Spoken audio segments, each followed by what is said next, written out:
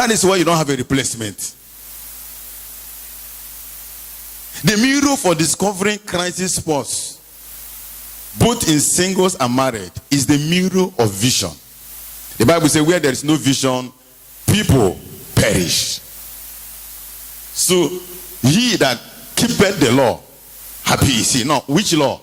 It is the law of that vision. So every marriage that wants to succeed must keep looking at the mirror of vision. Now, the equipment for healing and crisis management is the word of God. Now, when the word is involved, every other thing is involved. Hallelujah. Our positioning makes all the difference.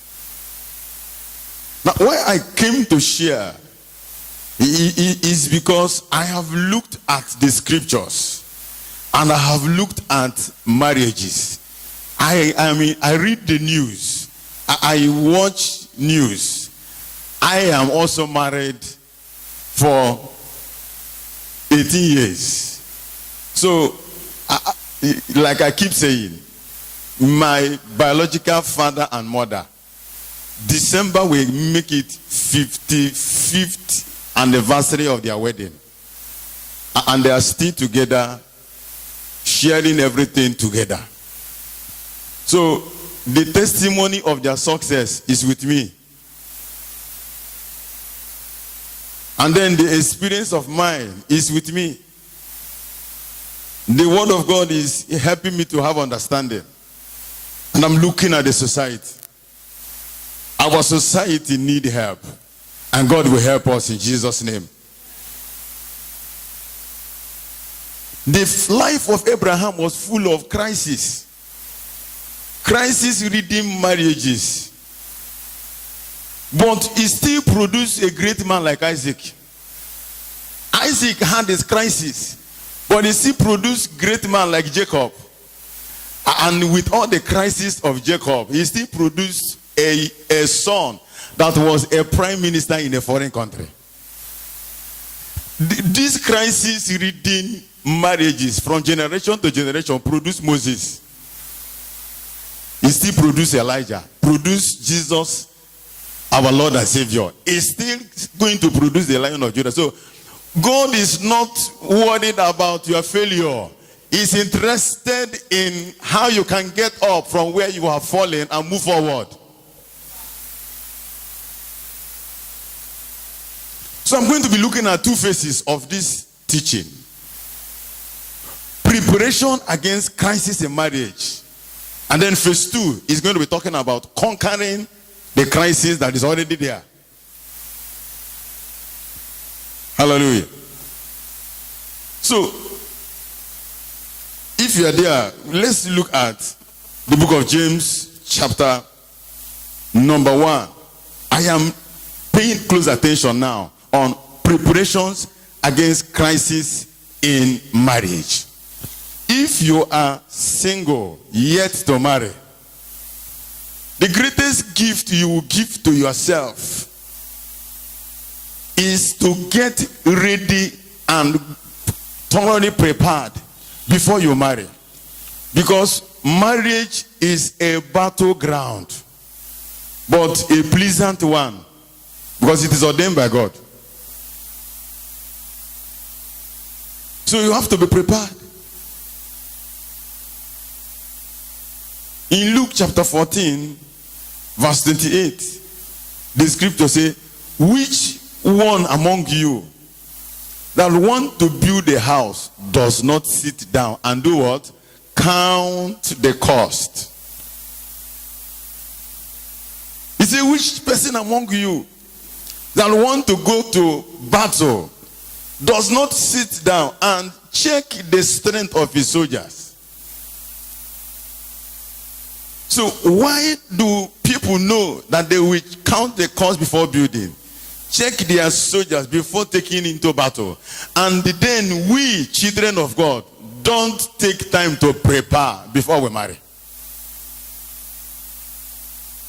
God will deliver us from that error. I want to hear a better amen.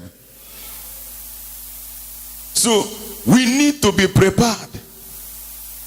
A soldier that is going to fight already know that there may be injuries.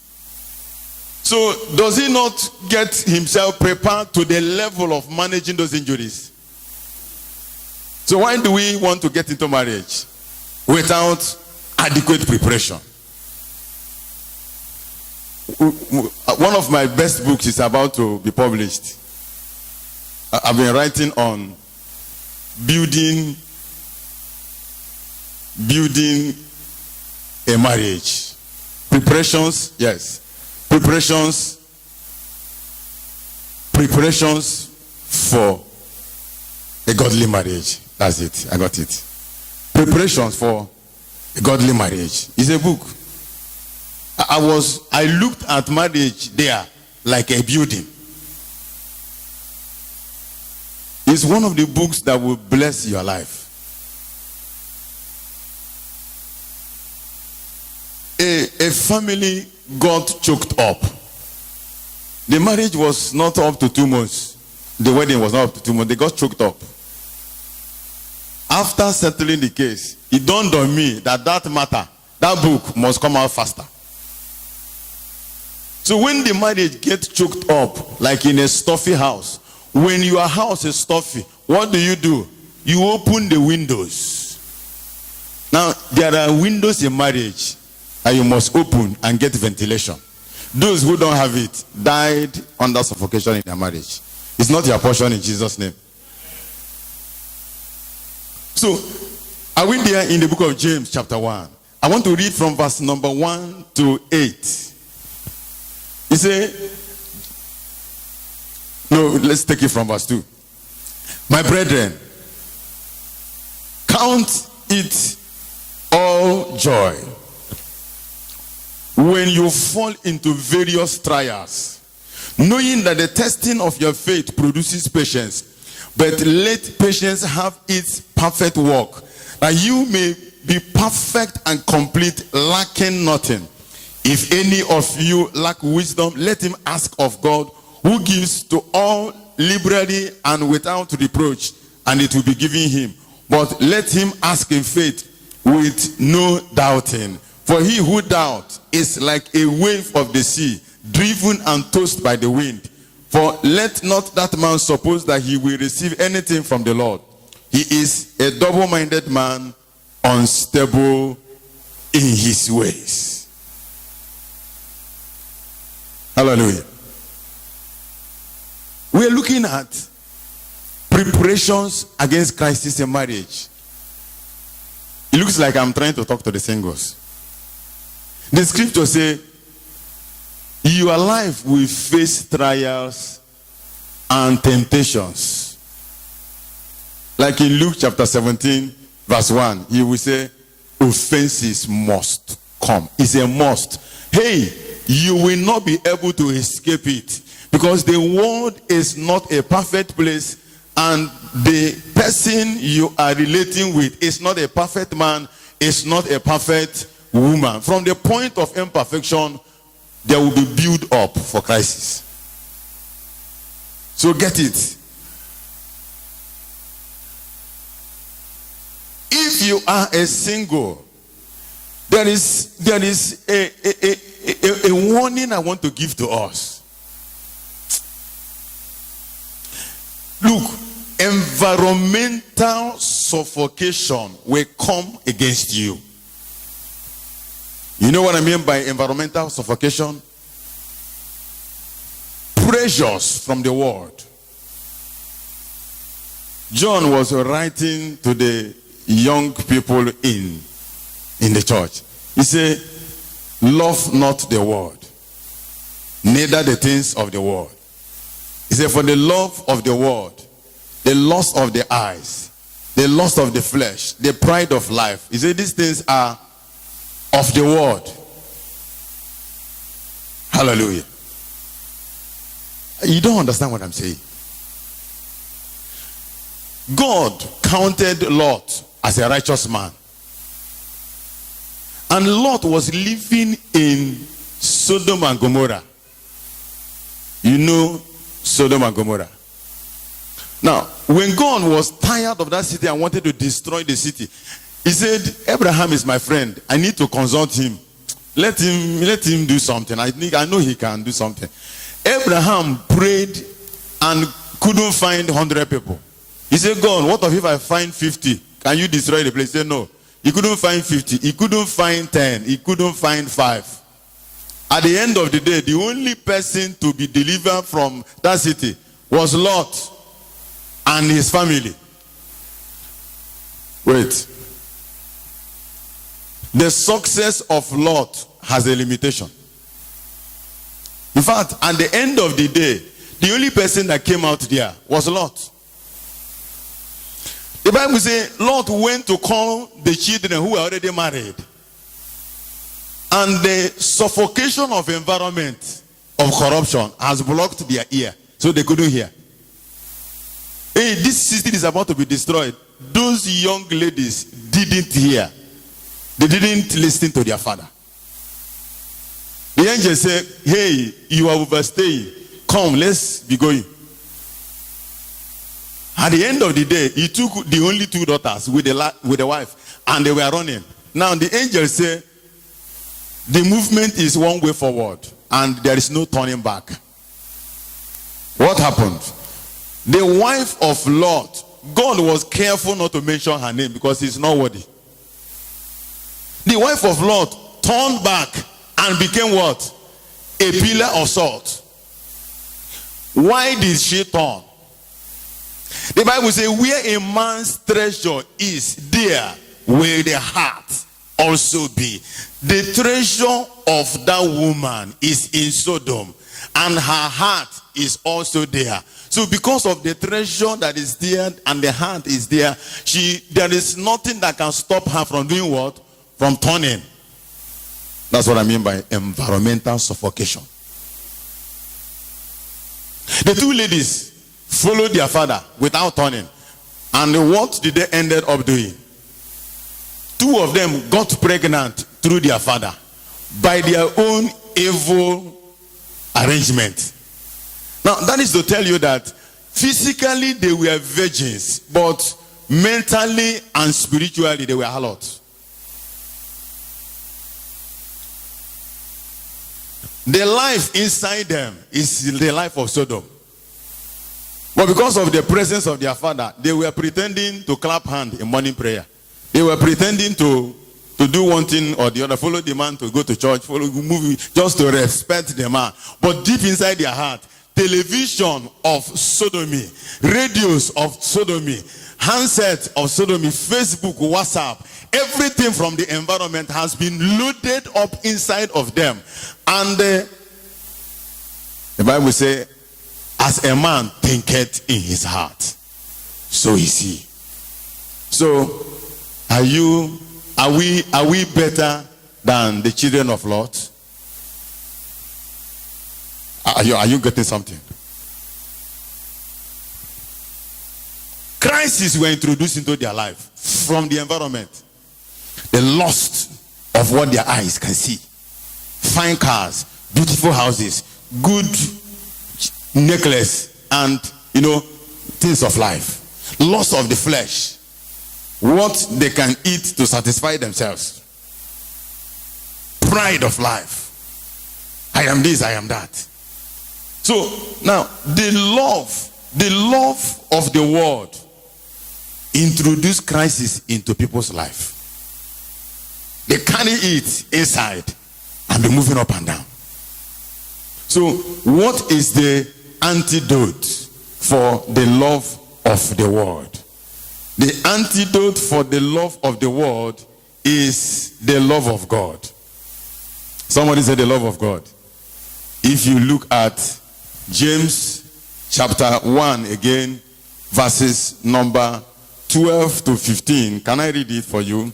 It says, so speak and so do.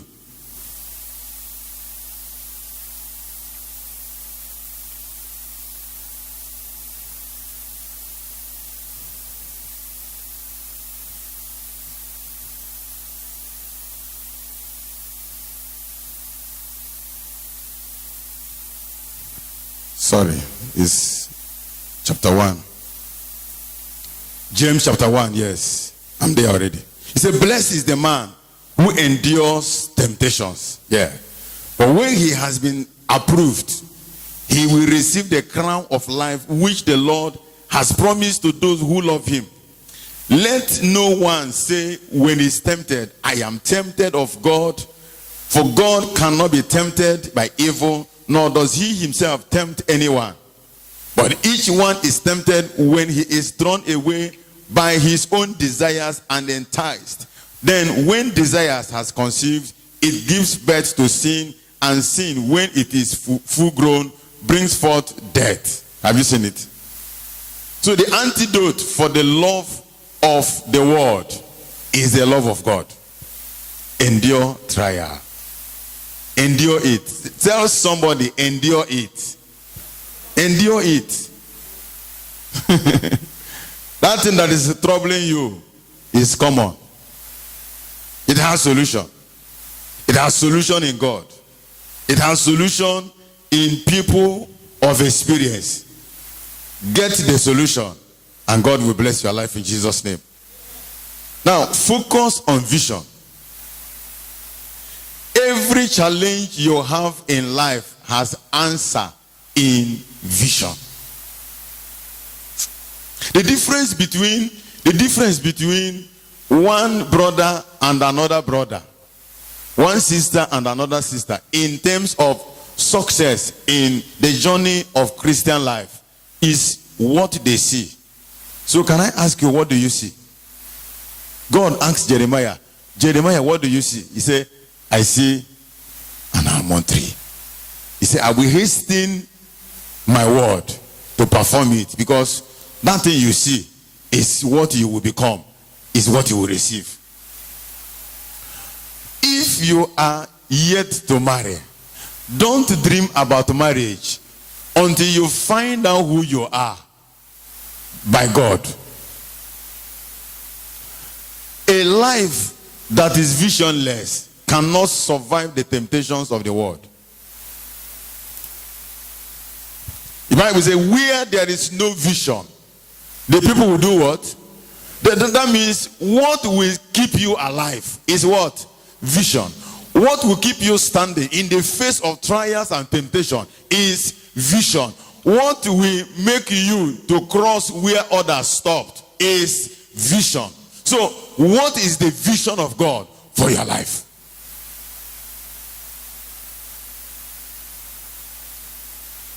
Hebrew chapter 12, verse number 1.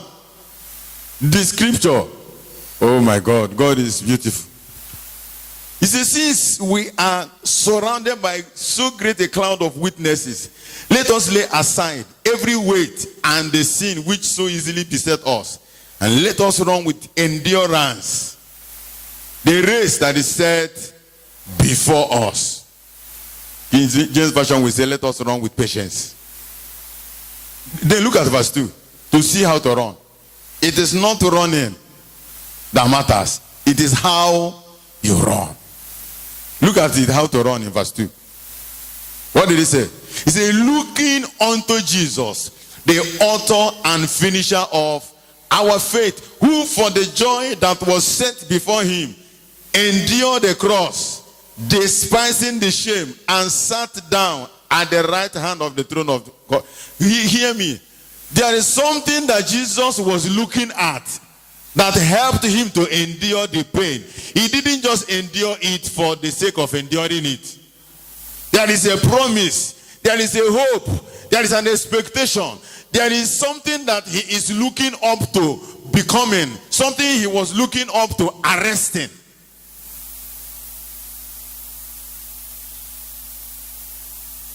We are living in a world that have two dimensions.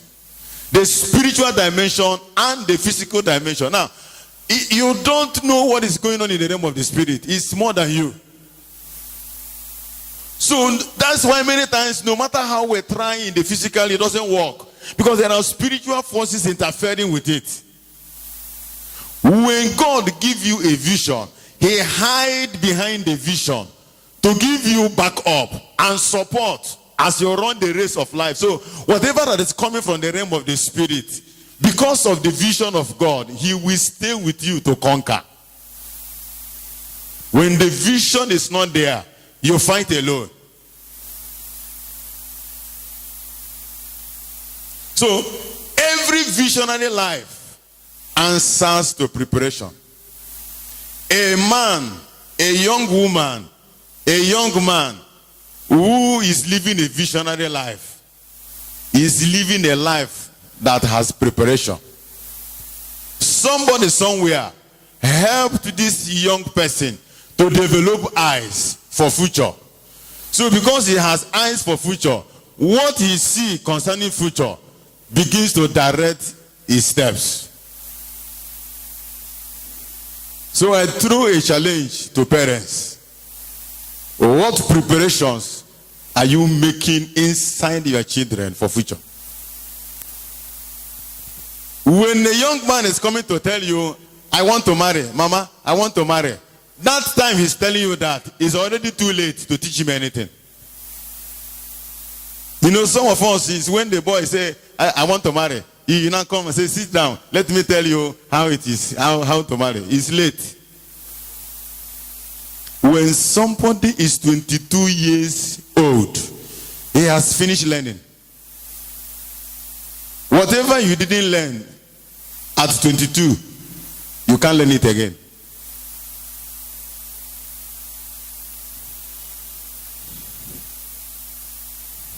I didn't say you can't read any book you like to read. You can read, but what you will be in life is made at 22. That is why when God was angry with Israel, he said all of them who are above 21 years, they must die in the wilderness, because he knows that those ones cannot be taught. They are not teachable. As far as Moses couldn't teach them, nobody can teach them. He cut them off and killed them there. So, does it not throw a challenge to us as parents? You must find out what to do with your children before they are 22. Of course, you know by right, by 18 years, they should be independent. But permit me to ask for God's mercy for those of us who are from Africa. Because in this part of the world, sometimes you will still see somebody 25, 30, still coming to shout on the mother that he came back from walking up and down and he didn't keep food for him. Shame on such mothers. That the young man is not working and is not worried that it's not working. And all that he do is that when he go around and come back, he will shout that they didn't keep food for him. He's supposed to be left to starve to death because his life is useless. It's a problem to the generation. But it's about preparation. I say it's about what? Visionary life answers to preparation. Let's look at Hebrew chapter 11. Can you see the power of preparation? It helps you to take your future. Are we there? Verse number 7. By faith, Noah, being divinely warned of things not yet seen, moved with godly fear, prepared an ark for the saving of his household, by which he condemned the world and became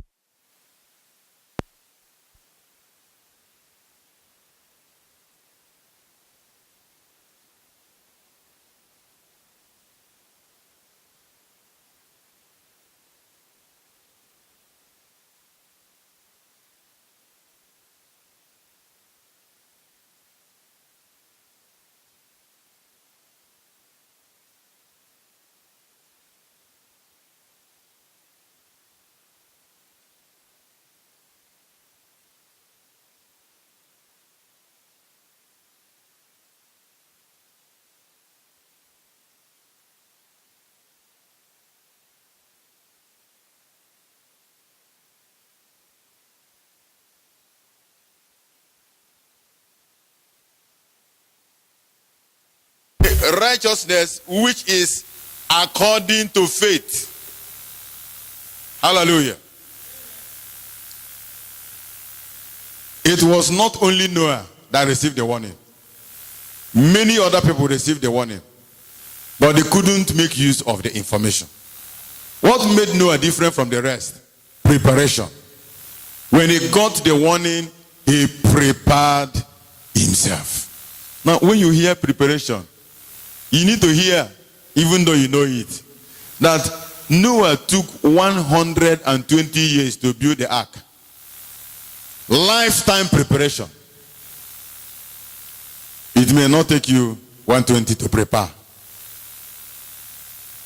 It took Moses 80 years to prepare to move Israel to the promised land. But you know, Jesus took 33 and a half years to prepare. So there is no stamp. What is important is that we should be prepared. Mothers, fathers, pay attention to the preparation of your children. How do we prepare? Study. I always recommend to young ladies, young men who say they want to marry, I will always, particularly if you are from Africa, I will say, please go and read 12 books about marriage before you come back. You know the truth? Many of them don't come back because they don't want to read it. Some will read only 2. Some will read 3. Some will read 1. Some will still come back and say, hey, man of God, I couldn't read though. I couldn't read though. And then you will see the way he will be saying it pitiably as if I should pity him. Anywhere there is darkness, it will hurt the people.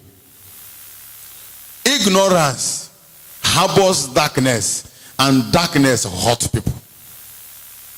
When a young man don't know what he's supposed to know in marriage, that ignorance is a crisis spot.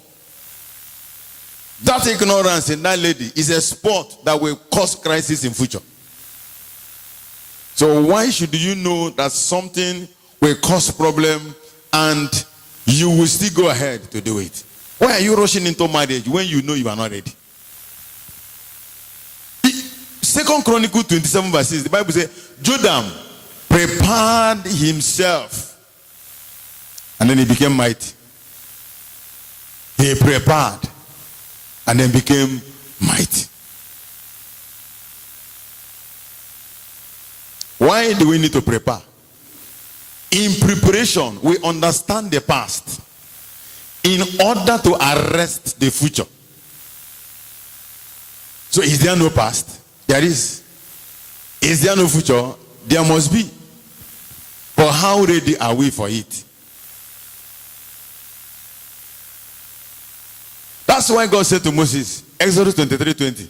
He said, behold, I have set an angel before you to keep you and to bring you to the place I have prepared. So there is a prepared place, and those who must enter it must come prepared. They must come learning. He said, Moses, obey this angel and do what he says. He said, in case you don't want to listen, I will not pardon your transgression. He said, my name is in him. Preparation. Preparation is everything. When we are prepared, we avoid crisis in the future. Even when we meet the crisis because we can't avoid it, we minimize the crisis.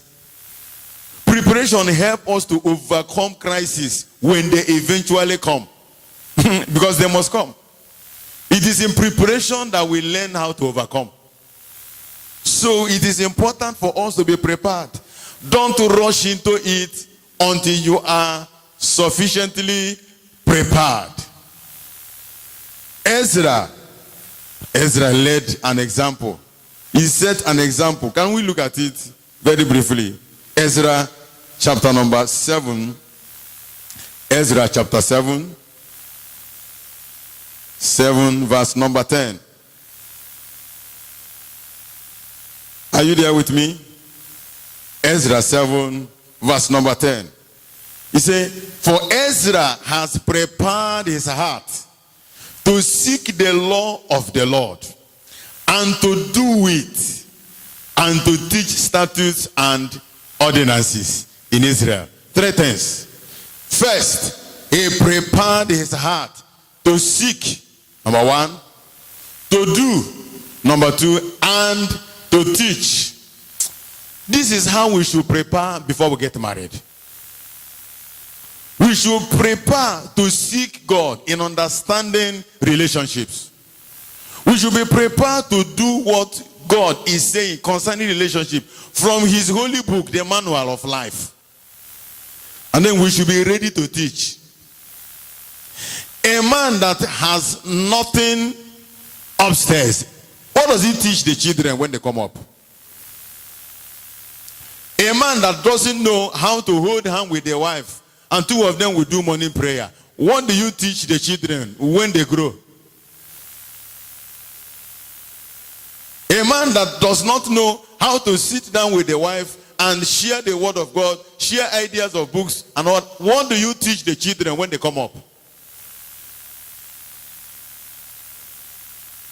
So preparation is everything. I come again and I say, prepare. Tell your neighbor, prepare. Before you marry, prepare. Before you marry, prepare. Don't rush into it. You didn't know, like I said in the advert, that marriage is one institution that people who are married are trying to find a way to escape from the marriage.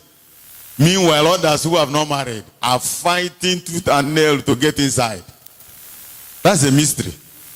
I've not seen any other thing that is happening like that.